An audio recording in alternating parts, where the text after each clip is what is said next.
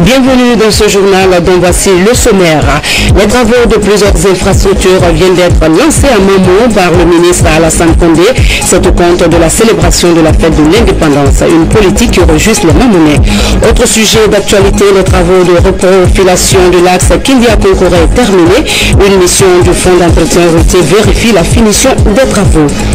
Sport également dans cette édition, 1000 ballons pour relancer le basketball dans les universités guinéennes. C'est un don de la Fédération internationale de basket Zone Afrique. Ces titres vous seront développés dans ce journal.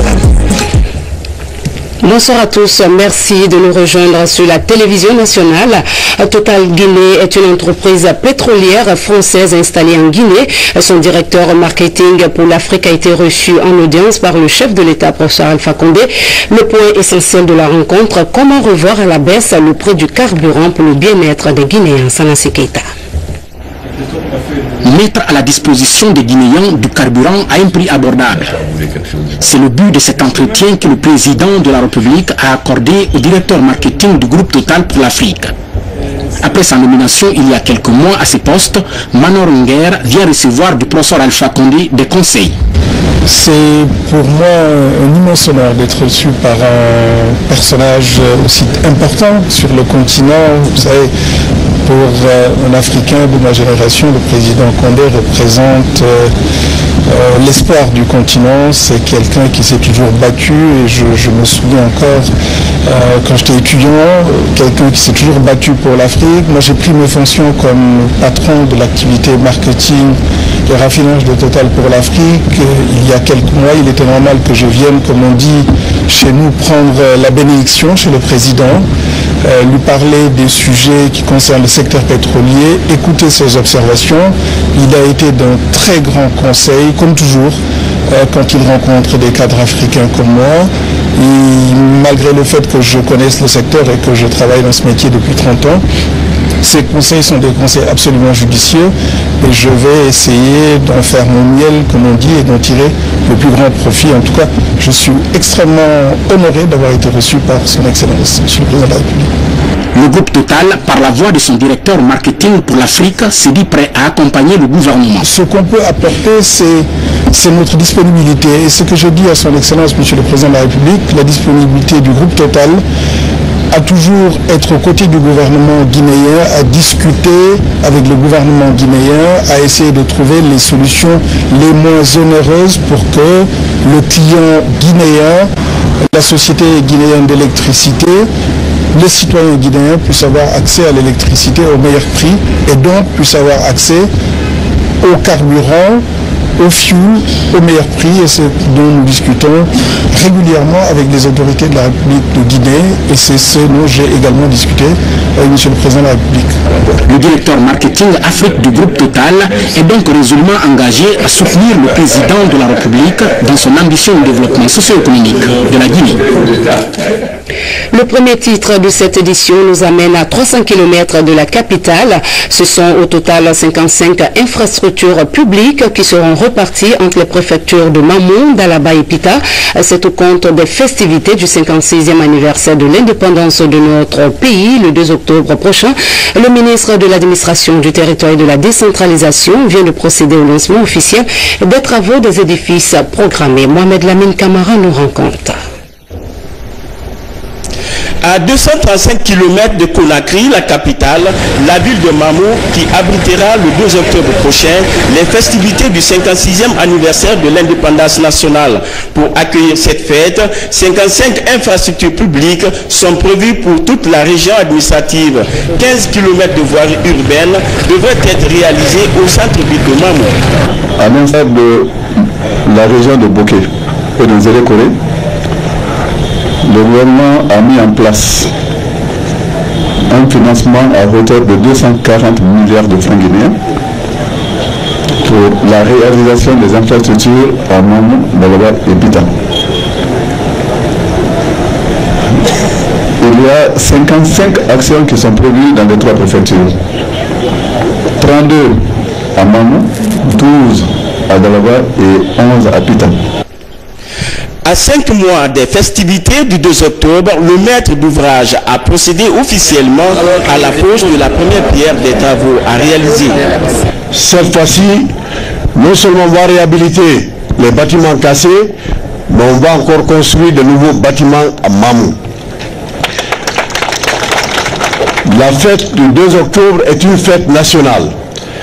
Le chef de l'État a voulu avoir une fête pour tout le pays. C'est pour ça qu'on l'a délocalisé dans les régions. Je vous dirais tout simplement que la jeunesse de Mamou sera impliquée.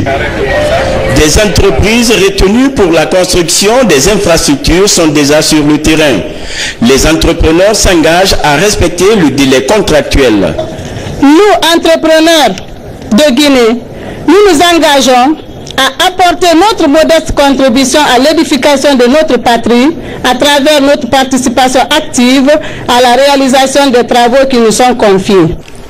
Cette politique de délocalisation de la fête tournante du 2 octobre vise à contribuer au développement des différentes villes du pays. Sur cet élan, les autorités et ressortissants de la cité de Karmoko Alpha Motimbo entendent apporter leur appui au gouvernement pour la réussite du 2 octobre en Amou. On se rappelle que 274 personnes ont péri dans une explosion de mine à Souman, c'est en Turquie. Suite à ce drame, le Premier ministre s'est rendu à l'ambassade de la Turquie pour présenter les condoléances du peuple de Guinée. Yaya Silla. Ici, à l'ambassade de la Turquie, le drapeau est en berne.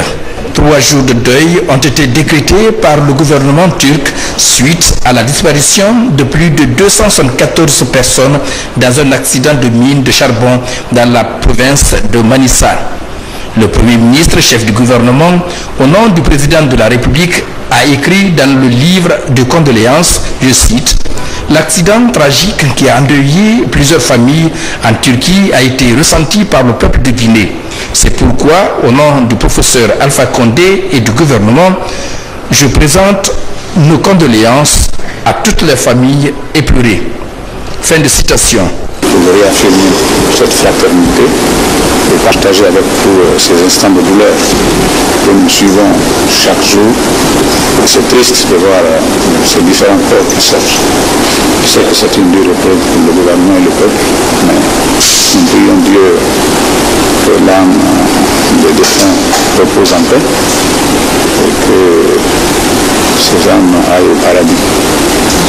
Nous tenons à transmettre ces condoléances du président, du gouvernement et du peuple de Guinée à leurs familles respectives, bien sûr, et vous dire que nous sommes à vos côtés dans ces instants de douleur. À cause de la qualité des relations qui unissent nos deux pays, la fraternité qui existe entre nos deux chefs d'État, de notre deux gouvernements et aussi à notre communauté de destin dans l'Alma islamique. Très touché par cette marque de sympathie, l'ambassadeur de la Turquie en Guinée a répondu. Je suis tout à fait touché par votre présence ici. Nous avons également reçu le message de condoléances de son Excellence le Président Alpha Condé que je viens de transmettre à mon Président de la République. C'est un moment difficile et beaucoup de familles sont en train de pleurer pour la perte de leur père, de leur frère, de leurs voisins et que leur âme repose en paix et que leur place soit le paradis, Inch'Allah. Et je vous remercie, vous également, Monsieur le Premier ministre et Monsieur le ministre de la Coopération, pour nous avoir partagé ce moment de douleur. Je vous en remercie sincèrement. Le drame de Souman est l'une des pires catastrophes industrielles de la Turquie. 787 employés se trouvaient dans les mines au moment de l'explosion mardi après-midi, selon les autorités. Festivités de fin de cycle à l'Université Générale Lansana Conté de Symphonia ce week-end. La 5e promotion du système LMD fait sa sortie avec 1000 étudiants. Un thème d'actualité a été développé, accès à la justice, animé par le ministre d'État à la Justice. Tcherno Younoussaba, reportage. À l'Université Générale Lansana Conté de Sonfonia, la 5e promotion du système LMD de la Faculté des sciences juridiques et politiques célèbre les festivités de fin de cycle. Ils sont plus de 1000 étudiants cette année à affronter le marché de l'emploi. À la faveur de cette cérémonie de fin de cycle, le garde des Sceaux est sollicité pour exposer sur le thème « Accès à la justice », thème qui représente pour les étudiants un véritable défi pour la justice guinéenne. En Guinée, nous avons toujours considéré la justice comme un monstre inapprochable. Et c'est cette ambition qui nous a permis de faire tout, de montrer aux justiciables que la justice est un temple de résolution des problèmes. Selon le conférencier, l'accès à la justice est reconnu comme un droit fondamental. Pour le ministre d'État à la justice, de nombreux mécanismes en garantissent son effectivité. Il s'agit de faciliter à tout individu de faire juger ses prétentions par un tribunal officiel. Le thème était sur accès au droit et à la justice. Donc c'est un thème qui nous interpelle en tout cas au niveau de la chancellerie. C'est un thème qui est incontournable dès lors qu'on touche sur tout ce qui concerne le monde judiciaire. Donc j'ai donné un peu à la fois la vision du gouvernement, la vision de la chancellerie sur la problématique de l'accès au droit et à la justice. Au cours de cet échange, le ministre Sako est revenu sur les principes fondamentaux d'un état de droit, mais aussi sur l'évolution de la politique de réforme engagée au sein de son département. À la fin de la cérémonie, des tableaux d'honneur ont été décernés à Maître Cheikh Sako et à d'autres invités de marque. Une manière pour les initiateurs de saluer leurs efforts dans la construction d'un état de droit en Guinée. Dans le même chapitre, la langue allemande est aussi d'une grande utilité dans la vie professionnelle. En Guinée, elle est enseignée uniquement à l'Université catholique d'Afrique de l'Ouest, ce qui a valu la visite du diplomate allemand dans cette institution pour s'enquérir des réalités qui freinent l'évolution de cette langue dans notre pays. Une doléance a été faite à l'ambassadeur. Il s'agit du perfectionnement des enseignants et des équipements. Makeme Bamba, Habib Jam, reportage. La langue allemande est inscrite en priorité dans les programmes d'éducation de l'Université catholique d'Afrique de l'Ouest, UKAO, une première en Guinée qui nécessite un appui didactique de l'Allemagne. Ce partenariat que nous appelons de tous nos vœux pourrait prendre les formes suivantes. Fournir de livres et de documents divers pour faciliter l'acquisition de la langue allemande à nos étudiants, l'équipement en matériel didactique et laboratoire de langue allemande, l'appui pour l'installation d'un institut Goethe au sein de notre université. Le diplomate allemand promet d'accompagner l'Université catholique d'Afrique de l'Ouest dans cette aventure. Grande joie parce que je ne savais pas qu'il y a beaucoup des étudiants qui déjà ont fait beaucoup d'efforts pour maîtriser la langue. Je ne peux pas promettre trop de choses. Je vais faire le plus que je peux faire. La coopération continuera. L'Université catholique d'Afrique de l'Ouest de Guinée a été créée en 2008 par la Conférence épiscopale des évêques d'Afrique de l'Ouest. Elle vise une formation d'excellence. Déjà, le diplomate allemand offre à l'UKAO quelques livres pour renforcer ce partenariat. Tout à fait autre chose. Moderniser l'administration guinéenne est aussi l'une des activités du ministère des Finances en partenariat avec la Banque africaine de développement. Un chemin directeur informatique de gestion des finances publiques est en cours de préparation. C'est le cabinet français Nexim qui est chargé de mener les études sous la coordination du PARGEF. Alassane Diego Barry nous fait le point.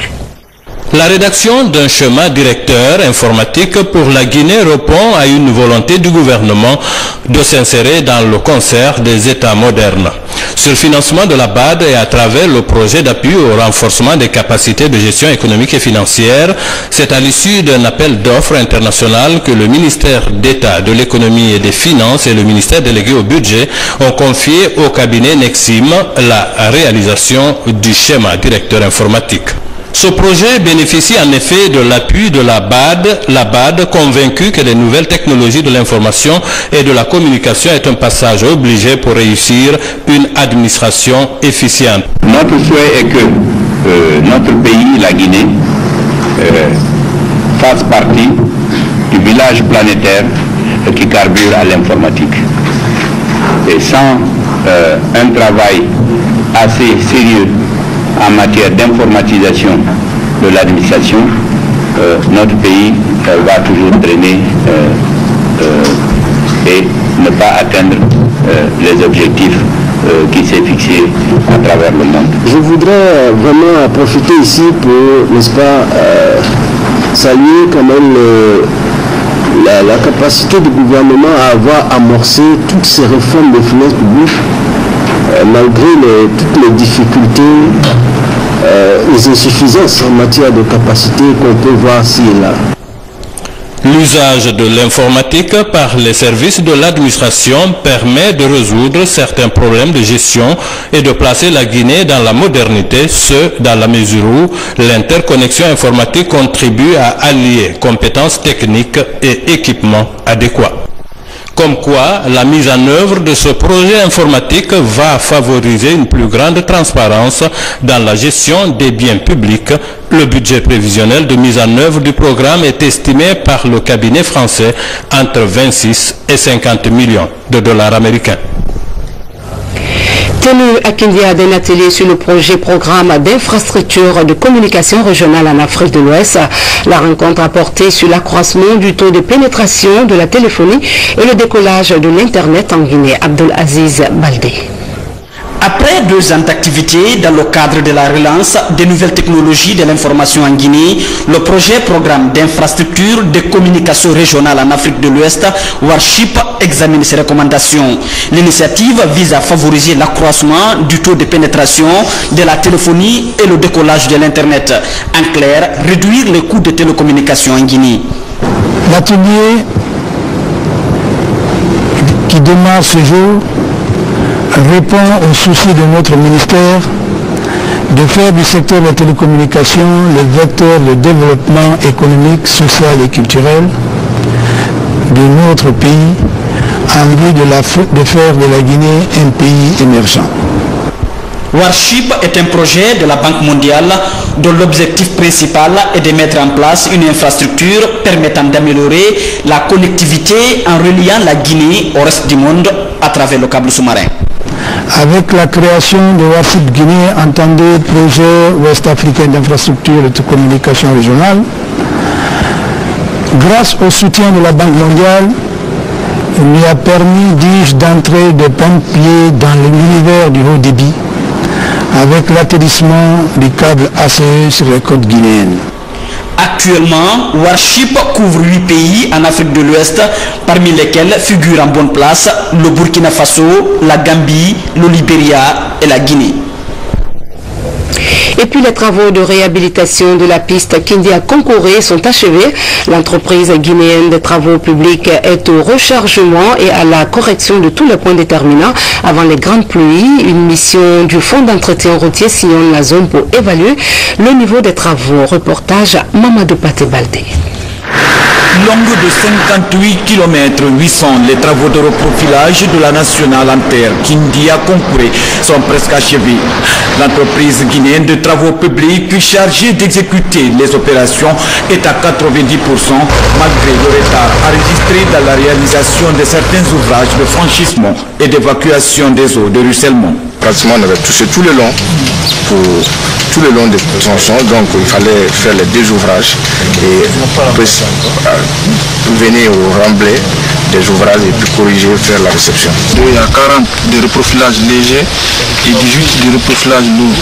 Donc c'est sur les 18 maintenant, nous sommes là maintenant à s'apprêter pour essayer de corriger des erreurs puis la saison pluvieuse. Grâce à l'État guinéen et le fonds d'entretien routier qui ont financé les travaux, cette route qui constituait autrefois un véritable calvaire connaît aujourd'hui une grande fluidité. Avant, on passait toute la journée entre Télémélé et Kindia, mais aujourd'hui c'est en 3 heures du temps. Nous sollicitons aussi le bitumage. Sur le terrain, l'entreprise guinéenne des travaux publics s'attelle au rechargement et à la correction de tous les points critiques avant la saison hivernale. Les entreprises ont accusé du retard dans l'exécution des travaux. Et je veux rappeler combien de fois je tiens à ce que les délais contractuels soient respectés. c'est une route importante et il était important que nous vérifions que les travaux qui sont effectués soient faits à temps pour que les pluies ne coupent pas cette route qui est très importante pour nos populations. Après le reprofilage de cette piste, les populations riveraines pensent déjà au bitumage prochain de ce tronçon. Les regards sont donc tournés vers le gouvernement guinéen et ses partenaires au développement. Pour votre information, les mouches qui détruisent les fruits mûrs à l'aide de leur ovipositeurs. Les mouches qui détruisent les fruits mûrs à l'aide de leurs ovipositeurs pour y déposer les œufs vont bientôt disparaître dans la région de l'Abbé. Les acteurs de la filière fruitière peuvent désormais se frotter les mains. Un nouvel appareil pour lutter contre la mouche des fruits est disponible. C'est un projet du gouvernement guinéen à travers le ministère en charge de l'agriculture. Mamadou Alpha Baldé, Sarafdine Diallo. La problématique de la mouche du fruit trouve solution à l'Abbé. Les paysans spécialisés dans la plantation des arbres fruitiers, notamment les manguiers, orangers, avocatiers et autres de la région de l'Abbé, devront désormais utiliser cet appareil. Son nom, piège chromologique qu'il a. Les acteurs de la filière étaient confrontés aux effets négatifs de la mouche de fruits. Elle occasionnait souvent la pourriture des fruits avec des conséquences économiques désastreuses. Nous sommes aujourd'hui dans le village de Djambata pour lancer cette campagne. Elle vise à réduire cette population, cette dynamique des populations de mouches de fruits. Le projet est initié par le gouvernement guinéen à travers son ministère en charge de l'agriculture. C'est à Djambata, dans la sous-préfecture de Popodara, que la campagne de protection contre les mouches de fruits a démarré. Nous sommes très satisfaits parce que avant l'arrivée de cet appui-là, on était vraiment, je ne sais même pas comment dire, parce que les gens, voilà, complètement découragés. Les gens avaient abandonné complètement de planter, surtout les manguiers. Aujourd'hui, avec l'appui du gouvernement, on est très satisfaits. Aujourd'hui, quand le gouvernement vient les assister à ce que les produits soient sains, moi je crois que déjà eux, ils en prennent conscience. Avec ce nouveau dispositif, les fruitiers de la région devraient accroître leur rendement et ravitailler les marchés des fruits de qualité. L'essence de la Ligue des jeunes pour la préservation des valeurs du RPG. Cette structure est composée d'anciens élèves et étudiants militants du parti. Le sens est de mettre en évidence les acquis du parti et le pérenniser. Famara Kamara Keita entend expliquer aux populations l'origine du parti et l'idéologie politique de son leader, professeur Alpha Condé. Reportage Komara Moussa, commentaire Safiatou Condé. Cette rencontre marque le lancement des activités de la Ligue des jeunes pour la préservation des valeurs du RPG. D'obédience politique, la Ligue caresse le rêve de perpétuer le parti à l'image de l'ANC en Afrique du Sud. D'entrée en matière, Famara Keita, son secrétaire général, a tout d'abord passé en filigrane l'évolution du RPG jusqu'à nos jours, avant de préciser. Le RPG, durant les 20 ans, beaucoup de choses se sont passées. Au RPG, vous verrez des jeunes, des militants les plus jeunes comme nous à l'époque, à l'université, dans les universités, qui marchent à pied, de tronçon en tronçon, pour venir assister aux activités du parti. C'est la conviction.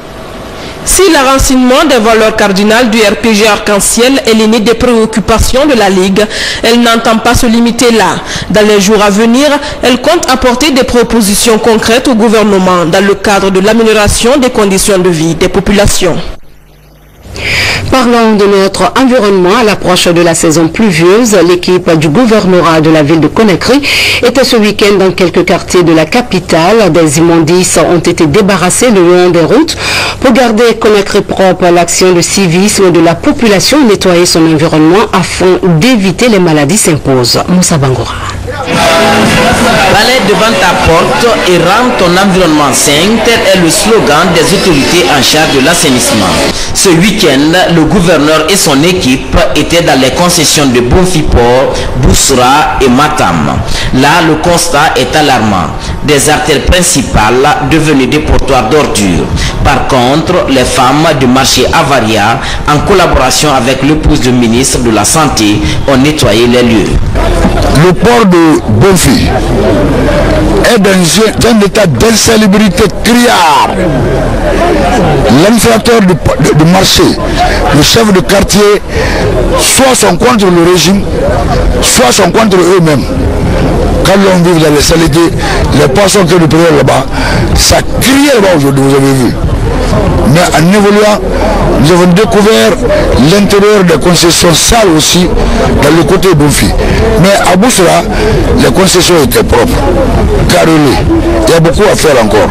C'est les toitures qu'il faut rectifier, il y a des pneus sur les toitures. Bientôt l'hivernage, et c'est pourquoi la raison pour laquelle nous sillonnons les quartiers, afin que les gens puissent faire la propreté, pour ne pas encore tomber dans d'autres épidémies. Si les lieux sont propres, il y aura moins de maladies. Et s'il y a moins de maladies, l'État ne va pas débourser beaucoup de fonds pour payer des médicaments. Les fonds qui doivent servir à l'achat des médicaments seront utilisés pour d'autres fins. Au port artisanal de Bourbinet, la montagne d'ordures qui s'y trouvait a disparu grâce à l'entreprise Simaco et le gouvernorat de Conakry. Des bâtiments se sont effondrés à Kisosso. Les dégâts matériels sont importants. La cause de ce drame est due au relâchement de la troisième conduite d'eau de la Société des eaux de Guinée. Le constat avec Mamadou Patebalde. C'est aux environs de 16 heures que ce troisième tuyau de conduite d'eau de la SEG en provenance de la station de pompage de Yessolon a pété. Il a provoqué des dégâts matériels importants à Kisosso, mais pas de pertes en vie humaine. Le tuyau a pété. On a vu l'eau seulement venir dans la rue, abondamment. On a eu peur. On n'a même pas pu sortir. Les gens qui sont venus nous prendre et les enfants qui nous faire sortir. Tous nos biens sont venus.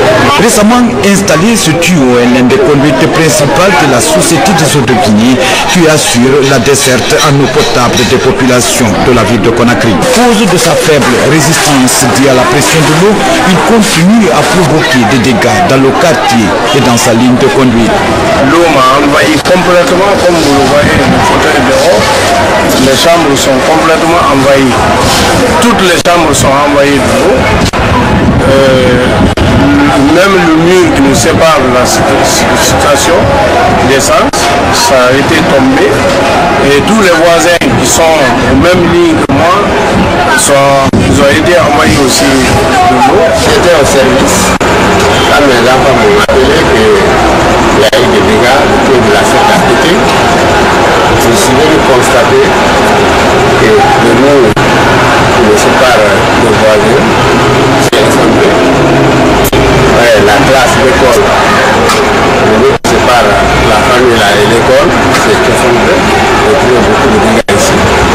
Heureusement que c'était pendant la journée et les élèves n'étaient pas là. Dieu merci, il n'y a pas de perte en vie lui-même. Le doléance que je demanderai à la SEG et au gouvernement, c'est vraiment vérifier l'état de tout. Il ne fait que faire des dégâts. La direction générale de la SEG doit donc revoir la capacité de résistance des équipements et des ouvrages pour éviter le pire. Un forum s'est tenu récemment à Bakango Sisela. Ce forum a été précédé de la fête traditionnelle de la mare Nouramba. Cet événement culturel propre à la savane guinéenne a été l'occasion pour bon nombre de ses fils de retrouver la terre de leurs ancêtres. Fodé Bangali Fofana. Situé à 40 km de Kankan sur la nationale Kankan-Sigiri, Bakonko Sisela est un district de la sous-préfecture de Batenafadi dans la préfecture de Kankan avec une population d'environ 3150 habitants. C'est chaque année la traditionnelle fête de la mare donne l'occasion à plusieurs de ses fils et filles de faire le déplacement. Celle de cette année a connu un caractère tout particulier. Ce qui nous réunit essentiellement, c'est le forum. Le forum, pour que chacun apporte quelque chose, nous sommes en train d'interroger notre histoire. Le barbotage de cette mare, appelée Noramba ou encore Dembanyuma, étant un rituel du village, il se fait une fois par an. Cette année, la cérémonie organisée autour de la mare a regroupé la population locale, les fils et filles ressortissants venus de l'intérieur et de l'extérieur du pays. La préfecture de Kankan dispose de 25 mares, dont 8 particulièrement importantes à Subasisi, 3 à Carpamoria, 2 à Balandou et 3 à Baté-Nafadi. Parmi les 3 mares de Baté-Nafadi, celle de Bakongo Sisela s'étend sur 100 hectares. Au nom de notre arrière-grand-père et jusqu'à l'arrivée maintenant de Sotikemo d'aujourd'hui et tous les jeunesses qui sont là et surtout les gens qui ont eu l'idée de nous unir aujourd'hui là, vraiment on remercie le bon Dieu. C'est après ce rituel que la pêche a été autorisée aux participants. Pour les initiateurs de la présente rencontre, dans la trajectoire, l'accomplissement de la dernière mission que Dieu leur a confiée, celle de la propagation de l'islam, le moment est venu pour eux, Cissé, de se retrouver sur la terre de leurs ancêtres pour parler de développement et d'épanouissement réel de toutes les familles Cissé et alliées. Sport, la Fédération internationale de basket Zone Afrique offre 1000 ballons de cette discipline aux universités de Guinée pour la relance des Jeux. Ce geste ouvre les compétitions universitaires entre l'Université Générale Lansana Conté et celle de Gamal Abdel Nasser. Une compétition marquée par la victoire de l'équipe de Symphonia. Francis Collier nous signe ce reportage.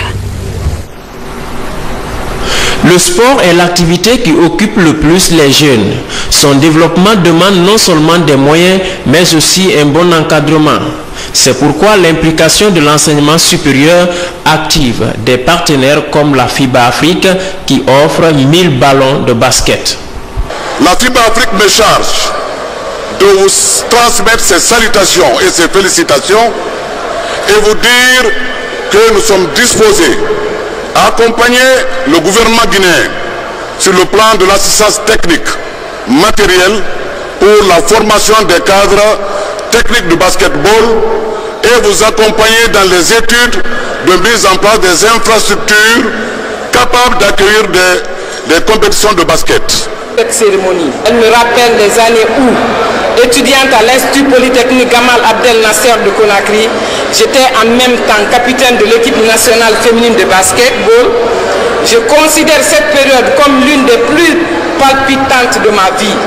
L'esprit d'équipe, la persévérance, l'endurance et le sens patriotique que la pratique du sport nous procure.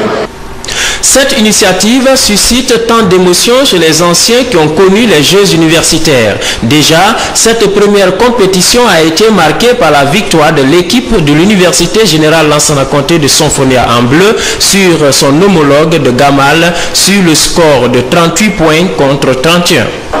Nous encourageons toutes les universités, toutes les écoles professionnelles et d'enseignement général pour que, avec l'encadrement nécessaire, avec l'appui du gouvernement et en particulier des ministres, pour que le sport universitaire et scolaire soit le phare de la mobilisation de la jeunesse guinéenne. Les Jeux universitaires s'annoncent déjà rudes avec 16 universités publiques et privées inscrites. Ces Jeux comprennent le football, le basket et le volleyball. La finale de ces Jeux se jouera le 2 octobre prochain à Mamou au 56e anniversaire de l'indépendance guinéenne. Voilà, nous sommes au terme de cette édition. Tout le plaisir a été pour moi de vous tenir compagnie tout au long de ce week-end. Bon début de semaine et excellente suite de programme. Bonsoir à tous.